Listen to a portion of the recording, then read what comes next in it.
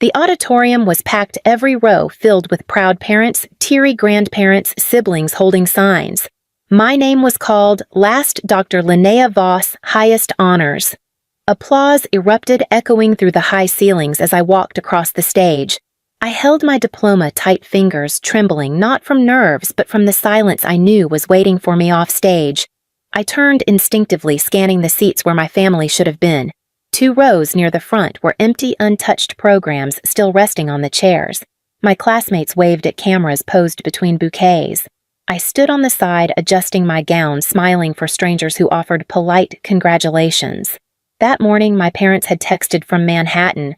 "We're so proud of you," they wrote, attached to a photo of Seth in a tailored suit cutting a cake that read, "Congratulations, VP Voss." My mother's message followed a minute later. "Try not to feel bad if Seth's news overshadows yours." Timing is everything. I didn't cry. I had stopped doing that years ago. Instead, I took a deep breath and walked past the press wall where graduates snapped photos with their families. A woman from the registrar's office stopped me, hugging me tightly. "We've never had someone finish with your defense score," she whispered. "Your advisor said you made the committee rethink everything." I thanked her.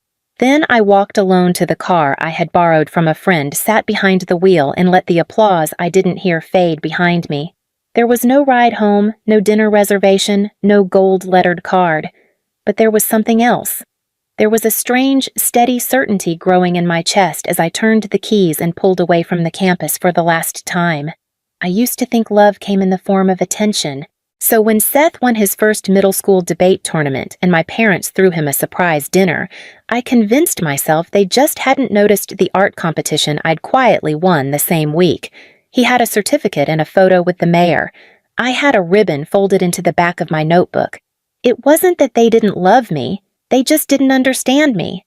Seth wanted what they wanted: status, performance, measurable success. He asked for golf lessons. I asked for more library hours. He spent weekends at tennis camps and mock trial tournaments chauffeured by our father's paralegal. I spent mine painting on plywood scraps in the garage, wiping my hands on old SAT prep books. By high school, the difference wasn't subtle anymore. Seth got internships at firms I'd only read about, networking they called it, though it was really just our father calling in favors. I worked after-school shifts at a bookstore, saving every dollar for college applications they said were a waste of time. When I was accepted into a summer ethics program in Vermont, my mother said, "Still chasing fantasy." My father added, "Dreams don't pay the mortgage, Linnea." They signed the permission form reluctantly, then forgot to ask how it went. Later, when I got the scholarship letter from Cambridge, full ride, merit-based international cohort, my mother looked at it, skimmed the letterhead, and said, "So, more school." My father didn't say anything at all. He was too busy checking the LinkedIn update Seth had just posted, accepted into junior leadership rotation at Bryson and Tate. It had 300 likes by dinner. I packed my own suitcase, booked my own flight, said goodbye to no one in particular. At orientation in the UK, I remember watching other students call home, laughing with parents on video chat, sharing their schedules. I had sent a text when I landed.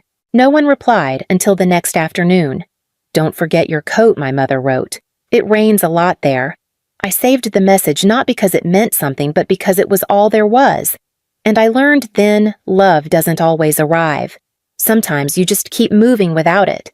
The dining room hadn't changed. Same oak table, same silver candelabras that only came out for holidays. Same fireplace mantel crowded with Seth's framed milestones, his MBA acceptance, his wedding portrait, even a photo of him shaking hands with the mayor after some housing development ribbon cutting. I never saw a single picture of me in that room. They had invited me out of obligation. That much was clear when my mother seated me on the far end, 2 chairs down from the neighbor's daughter and across from a man I didn't recognize. Seth arrived late naturally and was greeted with applause like he'd just returned from war. He closed the Lakeside deal, my father beamed. Added $12 million in assets to the portfolio. I smiled. I was happy for him. I always had been. But when I tried to share that I'd recently returned from a policy summit in Nairobi, my mother blinked slowly and asked, "Is that near Morocco?" No one responded when I clarified. The conversation had already shifted to Seth's new condo in Arlington. Later, while I was helping clear the dishes, I overheard my father in the den, laughing with two of his colleagues. She's still in that humanitarian stuff, whatever that means. At least Seth makes moves we can quantify. I didn't cry. I folded the napkins, put the leftover stuffing in containers. I loaded the dishwasher like I had after Seth's high school graduation party when our mother had told him, "You're the pride of this family." I'd been standing right beside her. When I finally left, I hugged no one. My ride to the airport was an Uber I called from the sidewalk. I looked back once, just to glance at the windows warm with lights and laughter. Then I turned away. By the time my flight landed in D.C., I had deleted every photo from the night. 2 days later, I submitted my final report on urban displacement patterns during transitional regimes. The lead strategist asked if I wanted to speak on it at a regional conference. I said yes, and I didn't tell anyone back home. Not because they wouldn't care, because I no longer needed them to. The invitation to join the advisory board came in the middle of a rainy Tuesday. I was eating cold leftovers in the break room when my supervisor forwarded the email, CCing me with a note. "They're watching you. Good work." It was a pilot coalition 10 nations, 5 NGOs, and a rotating advisory seat to monitor refugee resettlement programs. My task wasn't glamorous. It meant long nights reading inconsistent policy drafts, comparing legislative loopholes, tracking funding trails. But I loved every second of it. When my first report was cited in a UN session, I didn't even know. A colleague texted me a photo of the screen. My name looked foreign under the Geneva lights printed in Helvetica between two delegates arguing over implementation metrics. I stared at the photo for a long time. Then I put my phone down and kept working. At home, the emails kept coming always, in group threads, always themed. Seth just bought a lake house. Seth's wife is expecting. Seth was nominated for the Regional Finance Board. I never replied. They never asked how I was doing, and that silence started to feel less like a wound and more like a wall I was learning to decorate. I rented a small apartment near DuPont Circle. The walls were thin and the heating hissed in winter, but it was mine. I stacked books on the windowsill, filled the fridge with exactly what I liked, set reminders to call the people who actually noticed when I was gone. When the keynote invitation arrived, Global Migration and Equity Forum in Geneva, I read it 3 times before it sank in. They wanted me to speak, not as someone's assistant, not as a stand-in, as myself. I booked the flight the same day, used my miles to upgrade to business class, and when I packed, I chose a black suit I'd bought with my first full paycheck. Understated clean lines, no label. The morning I left, my mother sent another update. Seth just got invited to a finance gala. Front page coverage. I stared at the subject line for a moment. Then, I archived the thread, zipped my suitcase, and stepped into the rain without an umbrella. The luncheon was held in a private gallery just off 14th Street, all minimalist furniture and catered plates arranged like exhibits. I wasn't supposed to attend. My colleague had dropped out last minute, and they asked if I could step in. I nearly declined. Geneva had only been 2 weeks ago, and I was still recovering from the high of it. But something told me to go. Miles Granger introduced himself with a firm handshake and a glass of water instead of wine. "You're Voss," he said, scanning my name badge. "You gave the closing keynote in Geneva. The bit about equity not being charity that stuck with me." I thanked him, unsure what else to say. He was older than I expected, sharp-eyed, thoughtful in a way that felt earned. He asked smart questions about policy fatigue, funding gaps, community-led reform. I answered carefully, aware I was being studied. Halfway through the meal, he leaned in and asked almost offhand, "Do you happen to know a man named Seth Voss?" My fork paused. I smiled. "That's my brother." Miles blinked, then chuckled. "Small world. He interviewed at our fund last fall. Bright guy, great credentials. But a little eager. Talks more than he listens." I took a sip of water to steady myself. That sounds about right. He didn't press further, and I didn't offer more. We shifted back to climate financing, but something had shifted in the air around me. Something quiet, but seismic. Not just that he knew Seth, but that he had met us both and remembered me. Afterward, as we walked out beneath a gray sky, Miles handed me his card. "I'll be in touch," he said. "There's a seat opening up on one of our strategy boards. Would love to hear your thoughts." I tucked the card into my coat pocket and thanked him again. That night, I sat at my kitchen table turning the card over in my hand while my phone buzzed beside me. Another family thread Seth featured in Business Today. I didn't open it. I just looked at the name printed in silver ink across the card, Miles Granger, Senior Partner. Then I opened my laptop and pulled up the last hiring list I'd reviewed. The folder landed on my desk late on a Thursday, marked Urgent in red ink across the tab. It was the quarterly hiring slate for strategy consultants, one of the last steps before onboarding approvals. I flipped through names, making mental notes until I saw his. Voss Seth. He had applied for a senior advisory role on the international strategy team. The same department I had helped design the metrics for. The same space I'd spent 3 years building from scratch. I didn't react, not out loud. I just set the folder aside and stared out the window for a long minute. His resume was exactly what I expected, polished, confident, packed with keywords.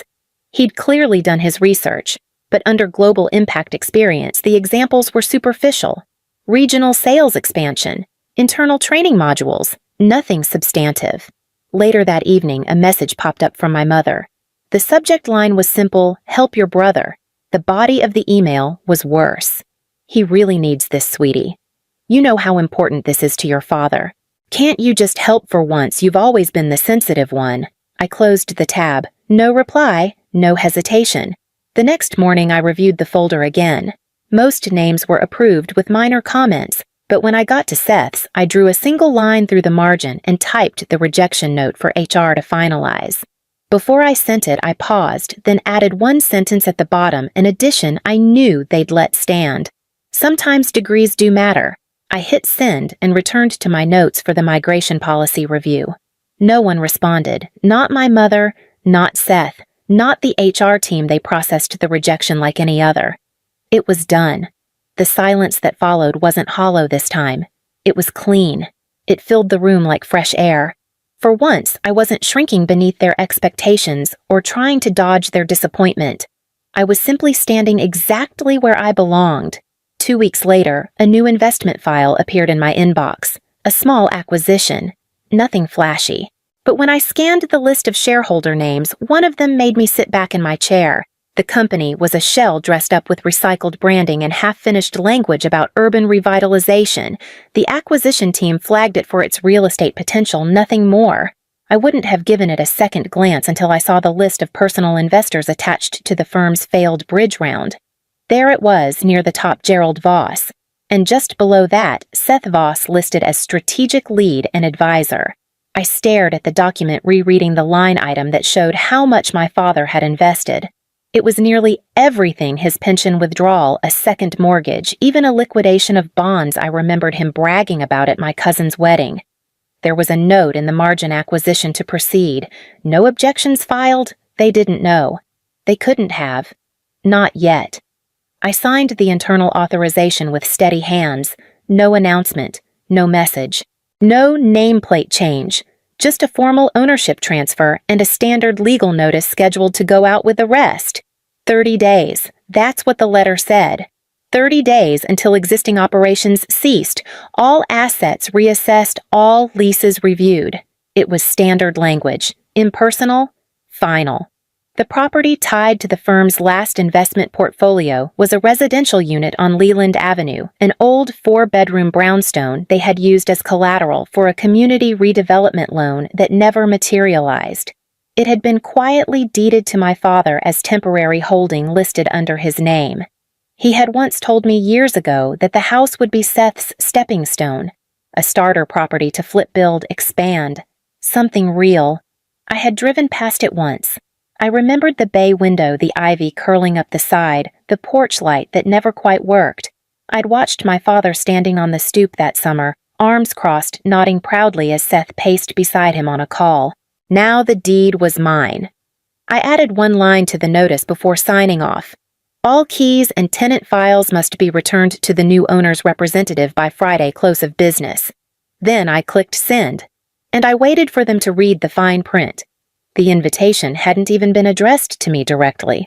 I'd been copied, CC'd on a mass message from my mother with a digital card attached.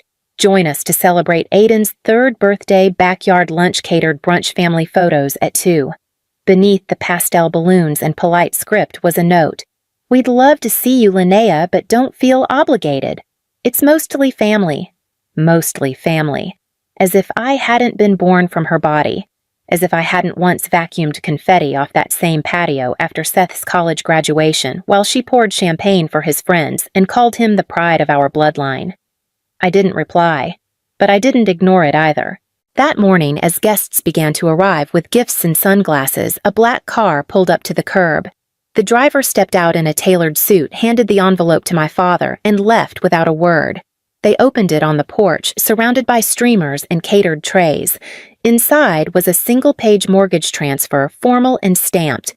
Effective immediately, the property at 92 Leland Avenue had been transferred to the ownership of Dr. Linnea Voss. Stapled beneath it was an eviction notice. At the bottom in my handwriting, a short RSVP. Regretfully, I cannot attend the party. I will, however, be arriving next Friday to inspect the property. Please ensure the keys are on the counter. I never heard the silence that followed, but I felt it. My phone rang 7 times that night, 6 voicemails from my mother, a string of texts from my father. Even Seth called his name lighting up on my screen like a ghost I'd already buried. I let it ring, not out of cruelty, but because this wasn't about cruelty anymore. This was about peace, the kind they never gave me. The kind that doesn't require permission or performance. The kind that simply arrives and stays. Quiet, deliberate, immovable. The following week, I arrived at the house with a lockbox and a clipboard. A property manager met me at the gate. The porch light was off. No one had left a note. But the keys were there just as I'd asked. The house was smaller than I remembered. Or maybe I had just outgrown the version of myself that once felt so small inside it. I walked through each room slowly. The living room still smelled faintly of pine cleaner. The same beige sectional sat under the bay window. The dining chairs had new cushions, but the frame was still chipped from when Seth kicked one over during a birthday tantrum. No one had ever fixed it. They just rearranged things to hide the flaw. The walls were covered in frames. Seth at prom, Seth at college Seth with his newborn son. I searched the hallway, then the study. Not a single photo of me, but I didn't feel erased anymore. I stopped in the den where the fireplace stood as the centerpiece. The same mantel where my mother once promised to hang real accomplishments. She had meant awards with job titles, not research fellowships, not thesis medals. From my bag, I pulled the frame I'd had made months ago. A copy of my doctorate diploma, embossed and sealed. Below it, a brass plaque read, "Most likely to fail." I hung it above the mantel without ceremony. There was no applause, no phone held up to take a picture. Just me standing in the house they said I'd never deserve. I took one last walk through the kitchen, checked the back door, then returned to the front. The keys were still on the counter where they had left them. I slid them into my coat pocket, walked outside, and turned the lock behind me, not out of spite. But because the girl who once begged for a seat at the table now owned the table, the chairs, and the roof above it. I moved back to Boston in early spring. The air was still sharp, but the light was changing. I found an apartment on a quiet street near the river, nothing extravagant but full of windows. I furnished it slowly. No rush, no one to impress. The emails started coming again, this time softer. "We're proud of you. Saw your article in the Times, great work. Come by sometime if you're in town." I didn't respond. There was nothing left to explain. They weren't angry anymore, just polite. Like I had become a distant professional contact they couldn't afford to lose. I spent my mornings writing, my afternoons consulting, and my evenings preparing a new keynote for the International Forum on Civic Inheritance. Title ownership and legacy rewriting the inheritance. I wrote it not for them, but for the ones like me. The ones who built homes from cold silence, who grew roots in places no one watered, who turned absence into momentum. I thought of the girl I used to be hunched over scholarship essays while Seth's parties roared downstairs. I thought of the night I stood alone at graduation, and the morning I hung my degree in a house I didn't even want anymore. They said I was too soft for the real world, but the world turned in my hands because I never hardened. I didn't carve my name into anything, I didn't raise my voice. I just stood still until they had no choice but to recognize what wouldn't bend.